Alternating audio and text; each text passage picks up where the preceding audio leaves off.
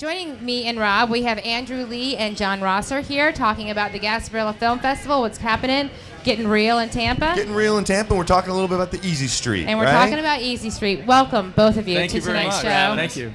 Now, John, well, thank you for co-sponsoring Media Mix tonight. Oh, thank you. And you kind of stepped in this year as the director of the film festival. Correct. Why don't you tell us a little bit of what is Gasparilla Film Festival? Sure. Well, we are the independent film festival in Tampa Bay. We strive to be an important event for the community, and we look forward to showing every year featuring brand new independent films that are from around the world. Actually, we have several different subject categories that we have, including a Latin panorama, a nod to our Latin culture.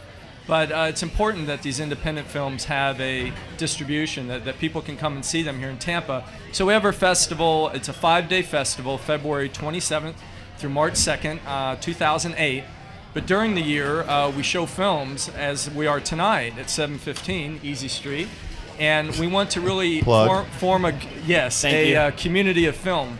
And another plug would be our website, which is GasparillafilmFestival.com. Well, you don't have to go throwing everything out just yet, because we got like 6 minutes to talk about this He's stuff. already done. But I'd like to honor you guys with the Creative of the Week mug. Wonderful. And Stephen, I believe, is his name Stephen or Stephen? Stephen. Stephen Ashton? Yep. Yes. Yes, he's going to have to get one too. So we're going to have to send somebody one or something like that. What We'll I'll do is work I'll that trade out. you for a We'll DVD. send it to Stephen. Alright. Here you go. Works right there. Here you go. Wonderful. Thank And then you got to, drink some coffee in the morning. It's an inspiration mug. Thank you. But what a great thing. I mean, Easy Street, we saw the trailers before.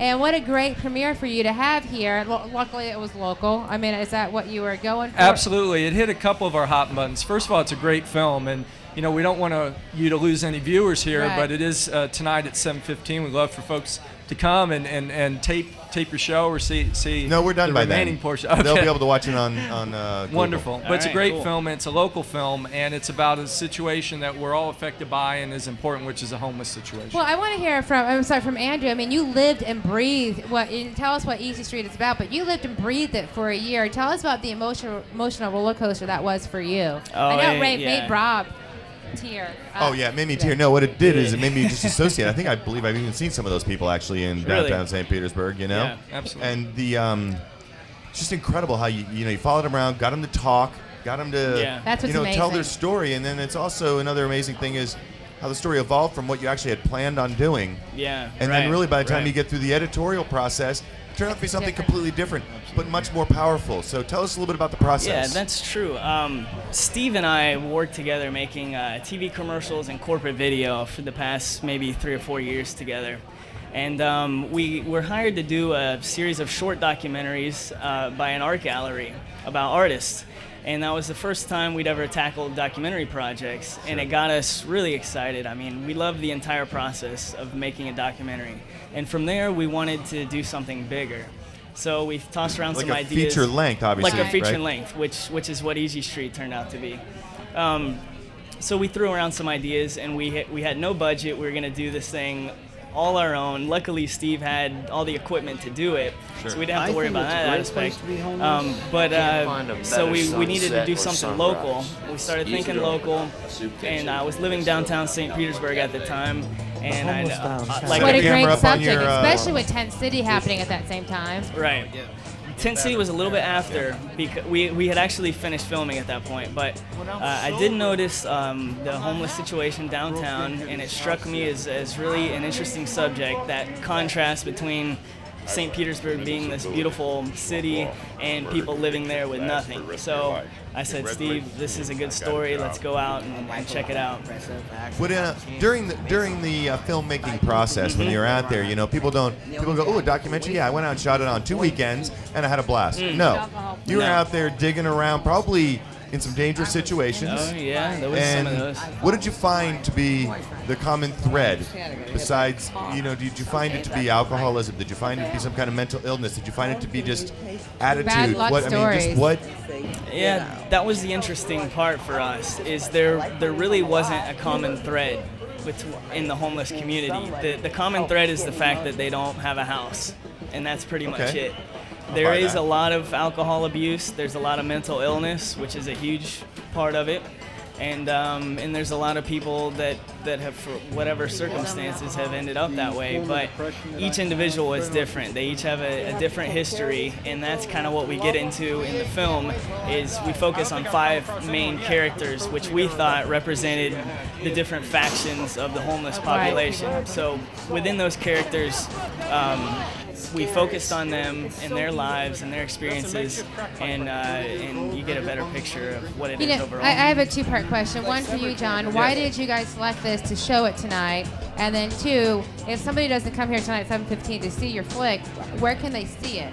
Okay, John? Well, the first part is it's a great film, and we are very careful in the kind of films we like to show through Gasparilla during the year. But also it's a local film, and it touches a lot of local people. This is an important issue for our community. So it was really a great combination, and we met Andrew, we saw his passion for the film, and it was just kind of the synthesis of those 3 things. And if people cannot make it out tonight, they can go to our website, wideeyedfilms.com, WIDEYED films.com. And we're actually selling copies of the film on there. Oh, are you? You just got to make sure everybody knows there's only one E in there. Yep. That wide and I share the E in the middle. That's right, exactly. What else are you guys working on at Wide Eyed Films? I mean, surely that's not the only thing. We have a couple ideas, of course, right now. Some ideas that we think are really good, and we're looking for funding and that sort of thing. Isn't everybody? So if anybody out there is in got that any field, cash? Visit the website, give us a call. You know, that always. It doesn't surprise me that you say that, and it doesn't surprise either of us that that's always a topic when it comes to independent films. Yeah. And then even take it to documentaries, making it an even more difficult sell. So, Absolutely. Easy Street was based on being able to prove your capabilities in being able to produce a film, shoot it, create it, be creative, and get it done. Right. And then now you're looking for budgets. Are you looking for more of a fiction thing or another documentary? What would you want to do, and what are the chances of getting it funded, and where does it go? Well, after making this documentary, we fell in love with it, the whole process. So the ideas we have are documentary based. Okay. As far as the funding, where it's going to come from, that's tough, man. We're still figuring out that side of the whole business part of it. Yeah. You know, we feel like we're good producers, directors, editors, but we're still working on that part. So we did manage for Easy Street to get a distribution deal. Oh yes, I'm asking about that. That's great. It's good. We're waiting to see how it turns out, you know. But it's out there. It's on Netflix. That's another place if people want to see it is Netflix. Where do the funds go back? That's great. I mean, I know we have to go to break now, but where do the funds go back when you do sell DVDs? I mean, as part of it going to homeless shelter, Pinellas County. Well, for that sort of thing, when we've had a couple prior screenings and we've donated to homeless Part of it, right. organizations. We're selling copies to those organizations as educational tools. Right. And as far as the distribution deal, you know, they get some, we get some. I think that's great. John, give us. What's next for you? Yeah, real quick. Give us 30 seconds on what's going on. Absolutely. We're planning for the next festival. Again, if folks will go to our website at GasparillafilmFestival.com, they can keep up with us. They can get on our email list. And they can know about what we're doing every 6 to 8 weeks in the community. We're going to have a Kids Fest awesome. around Very Christmas cool. time in Hyde Park Village, and then our 5-day festival in February and March. So please keep up with us through the website. Wonderful. Will do. And give us some information about Wide Eyed Films again, your website information. WideEyedFilms.com With one E. Great. Thank you both Thanks, very gentlemen. much. Thank you so much. Yeah, Wonderful. Ron, you guys are busy. You got some stuff to do. Thank you so Tell much. Stephen we missed him and we're sorry that he wasn't able to make it tonight.